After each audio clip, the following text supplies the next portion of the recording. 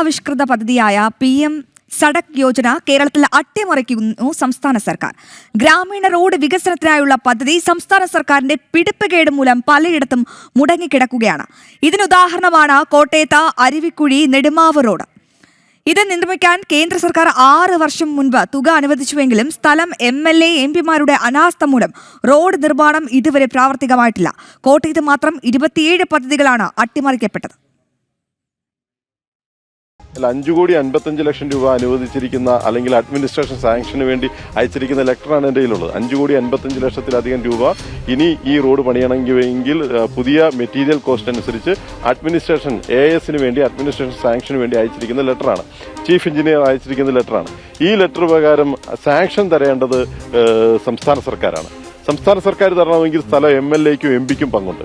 MP-യും MLA-യും ഇത് ഷട്ടിലുകൾ പോലെയാണ്, അങ്ങോട്ടും ഇങ്ങോട്ടും തട്ടിക്കളിച്ചുകൊണ്ട് ജനങ്ങളെ പറ്റിക്കുന്ന ഒരു സാഹചര്യമാണ് ഉണ്ടായിട്ടുള്ളത്. ശരി, മിഥുനുണ്ട് കൂടുതൽ വിവരങ്ങൾ നൽകാൻ. മിഥുൻ, ഒരുപാട് നാളായി കേന്ദ്രം നൽകുന്ന ഫണ്ടുകൾ അല്ലെങ്കിൽ കേന്ദ്രത്തിന്റെ പല പദ്ധതികളും കേരളത്തിൽ അട്ടിമറിക്കുന്ന ഒരു കാഴ്ചയാണ് ഇവിടെ ഉള്ളത്.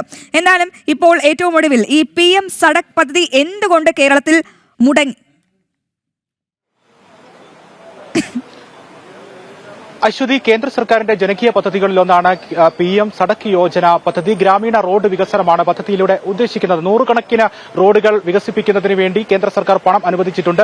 വർഷങ്ങൾക്ക് മുൻപേ പണം കേന്ദ്ര സർക്കാർ നൽകുകയും ചെയ്തു. പക്ഷേ ഈ പണം വിനിയോഗിച്ചുകൊണ്ട് ഈ റോഡുകൾ നിർമ്മിക്കേണ്ടത് ചുമതല സംസ്ഥാന സർക്കാരിനാണുള്ളത്. സംസ്ഥാന സർക്കാർ കൃത്യമായി തന്നെ ഏകോപന പ്രവർത്തനങ്ങൾ നടത്തി ഈ ഫണ്ട് ഉപയോഗിച്ചുകൊണ്ട് റോഡ് നിർമ്മാണം നടത്താത്തതുകൊണ്ട് കേരളത്തിലെ 100 കണക്കിന് റോഡുകളാണ്, ഗ്രാമീണ റോഡുകളാണ് വികസനത്തിന്റെ പാതയിലേക്ക് എത്താതെ മുടങ്ങിക്കിടക്കുന്നത്. കോട്ടയം ജില്ലയിൽ മാത്രം 27ലധികം റോഡുകൾ ഇത്തരത്തിൽ പദ്ധതി പണം അനുവദിച്ചിട്ടും നടപ്പാക്കാതെ മുടങ്ങിക്കിടക്കുന്നുണ്ട്. അതിന് ഉദാഹരണമാണ് കോട്ടയം ജില്ലയിലെ അരുവിക്കുഴി നെടുമാവ് റോഡ്. 6 വർഷങ്ങൾക്ക് മുൻപാണ് ഈ റോഡിന്റെ നിർമ്മാണത്തിന് വേണ്ടി കേന്ദ്ര സർക്കാർ പണം അനുവദിച്ചത്. 3,80,00,000 രൂപയാണ് അനുവദിച്ചത്. പക്ഷേ 6 വർഷങ്ങൾക്ക് ഇപ്പുറവും സംസ്ഥാന സർക്കാരിന്റെ പിടിപ്പുകേട് മൂലം ഈ റോഡ് അത്രയും ദുരിതപൂർണമായി തീർത്തും സഞ്ചരിക്കാൻ സാധിക്കാത്ത രീതിയിൽ അങ്ങനെ തന്നെ കിടക്കുന്നു എന്നുള്ളതാണ്. ഈ 6 വർഷം കൊണ്ട് സ്ഥലം MLA-ക്കും MP-ക്കും മുൻകൈ എടുത്തുകൊണ്ട് യാതൊരു ഇടപെടലും നടത്തിക്കൊണ്ട് ഈ കേന്ദ്ര ഫണ്ട് വിനിയോഗിച്ചുകൊണ്ട് ഈ റോഡ് നിർമ്മാണം നടത്താൻ സാധിച്ചില്ല എന്നുള്ളതാണ്. ഇങ്ങനെ കേരളത്തിൽ അങ്ങോളം ഇങ്ങോളം കേന്ദ്ര സർക്കാർ പദ്ധതിയിൽ പണം അനുവദിച്ചിട്ടും സംസ്ഥാന സർക്കാർ മുൻകൈ എടുത്തുകൊണ്ട് സംസ്ഥാന സർക്കാരിന്റെ ഇടപെടലിലൂടെ നിർമ്മാണം നടത്താതെ മുടങ്ങിക്കിടക്കുന്ന നിരവധിയായിട്ടുള്ള റോഡുകൾക്ക് കേന്ദ്ര സർക്കാരിന്റെ ഈ കാലാവധി മാർച്ച് 26-നുള്ളിൽ അവസാനിക്കുകയും ചെയ്യും. കോടികളാണ് ഇത്തരത്തിൽ ജനക്ഷേമത്തിന് വേണ്ടി കേന്ദ്ര സർക്കാർ കേരളത്തിന് മാറ്റിവെച്ച തുകയാണ് ഇത്തരത്തിൽ ലാപ്സായി പോകുന്നത് ഈ മാർച്ച് 26-ാം തീയതിക്കുള്ളിൽ എന്നുള്ളതാണ്.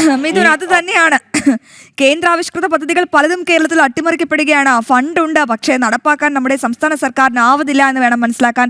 മിഥുനാണ് കോട്ടയിൽ നിന്നും ഏറ്റവും പുതിയ വിവരങ്ങൾ പ്രേക്ഷകരുമായി പങ്കുവച്ചത്.